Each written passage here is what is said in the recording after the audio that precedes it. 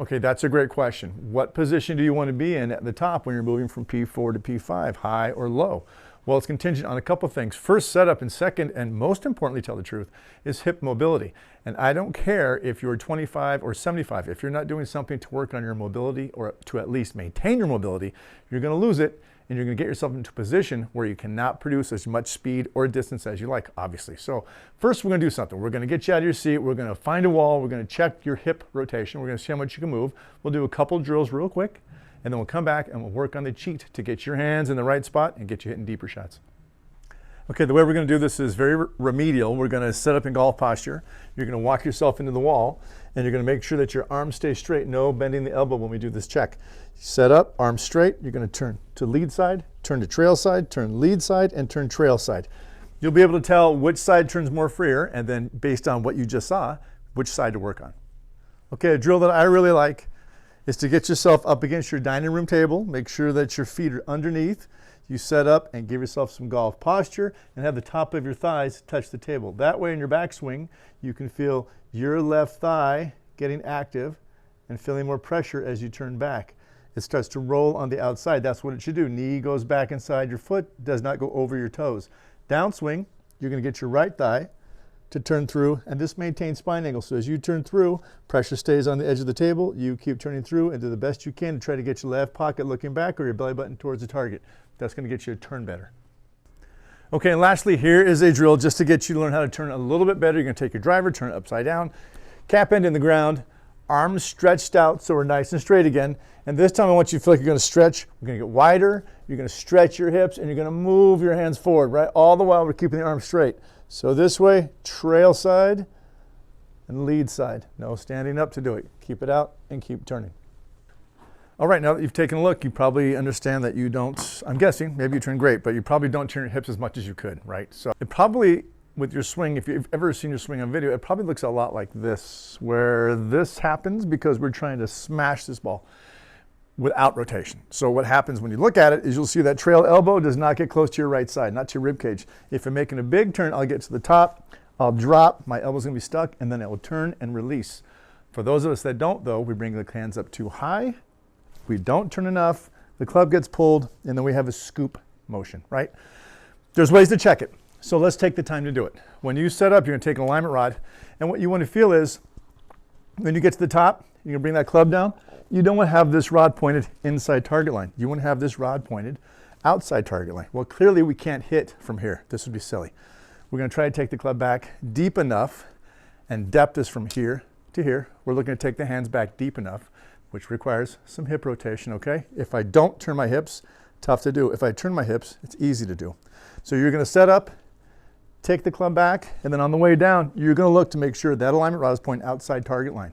And if it is, congratulations. If it isn't, get yourself into a position where you get to turn deeper. Make sure that your hands are pointing where they should. Don't just swing and take it for granted. Listen, in this game, you've got to feel it to know it, and that's how it works. You can't just think you know it. You've got to see it, you've got to feel it. So this drill is a great drill to get you to appreciate waiter's pose, waiting pose, whatever you want to think about it, and get the hands to feel like that alignment rod is going to point out in front of target line. Once you have that, the next best way, is to take shorter swings. And like I said, if your right elbow is moving too far from the rib cage because you don't turn enough, well, head club cover under your pit does the trick. And this is how it works. You keep it tight. You're allowed to turn back as much as you want. But the same thing has to be true. When you get to the top of your swing, you want to feel as though the shaft is pointed outside target line, and you're going to turn through and maintain this head club cover pinched against your side. That's how we get turn, and then we can release. And to release it, you have to have the head cover land out in front of your stance. So turn through, and then it can drop out. Ooh. And then it can drop out a little tight. But I want to make the same thing happen for you. I want you to feel like right side's tight. It is not going to be tight unless you're turning. Then we turn through and drop the head club cover. Let's say you feel like that test wasn't accurate. You feel like you turned back so much more than that arm drill showed you. Well, listen, do you turn back like this, or do you turn back like this, right? The difference is the knee of your left foot, is it moving towards the toes on the way back where it looks like you're turning, or is it actually you turning? If you're turning, I can get proper depth. I can get the cap into my handle behind my right heel. If I'm turning like this, there's no chance, and I'm going to bring that club out to in. So you double check. When you turn, make sure that your left knee is not moving over your toes, that your left knee is in fact moving away from the target when you turn. Now let's kind of put them together, all right? With this, we're going to change the setup just a hair. Now this is a great drill to get you to stop swinging out to in, but it's also a great drill to promote deeper hip rotation. So we're going to do the same thing. We're going to take that club head cover, put it under your pit. You're going to set up, but you're going to drop your right foot back. This has already got our hips open, rather closed, but starting to open in our backswing. So from here, it's a good drill to get you to learn how to take your weight back and get deep. And even though it looks a little bit silly, so does this, okay? So make sure you set up, set your foot back about 5 inches, 6 inches, get deep, double check your hands, making sure the club shaft is pointing outside target line, and give it an easy swing. Now, it's no coincidence that my longest guys are my D1 guys, my high school guys. These guys just work on their swing, and they do a great job of it. But what I notice, and you'll notice too if you pay attention, about a lot of these longer hitters is that their hands will be really low through impact. They have this upside down cross. And by that I mean, not only are they splitting their spine, right? Not only is the club shaft almost completely perpendicular to their spine angle, right? We don't have this at this point, left arm parallel. We have it like this. They go even lower. They have turned back so much and dropped so far down that their hands are really low and they are turning and staying into it. Will we get that? Maybe. But if you try to do this drill where everybody's trying to get shallow, get back on swing plane, trying to get shallow and turn through and don't turn, you're going to hit a lot of blocks, you're going to hit a lot of pushes, which is just as bad. So don't get goofy. Don't sit there and try to do this and turn through when you can't make all that turn. Start where you are. Start to drop the hands.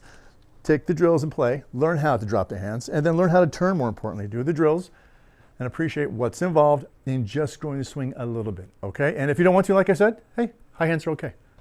I should be kinder. I know this game is tough, and especially when it's something that you want to do so well, but unfortunately it takes so much time to grow just the smallest amount, right? So I'm always trying to find cheats for you. So these two drills I think are the best, especially if you swing slow. Don't swing quick, right? You swing quick, this same thing shows up. If we can't do it slow, we can't do it quick. So slow first, give you a chance to build a new neural pathway, and then off you go. Then you can add some speed.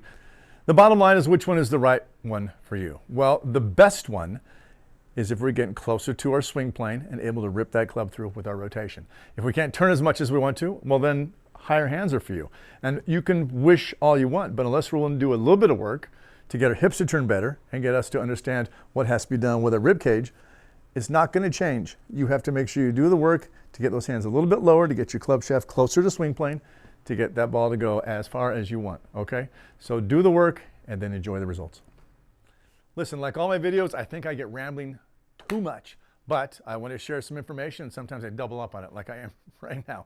But if you liked the video and it helped out, do me a favor, like, subscribe, hit that bell, and let me know what videos you'd like to see in the future in the comments below, okay? Thank you.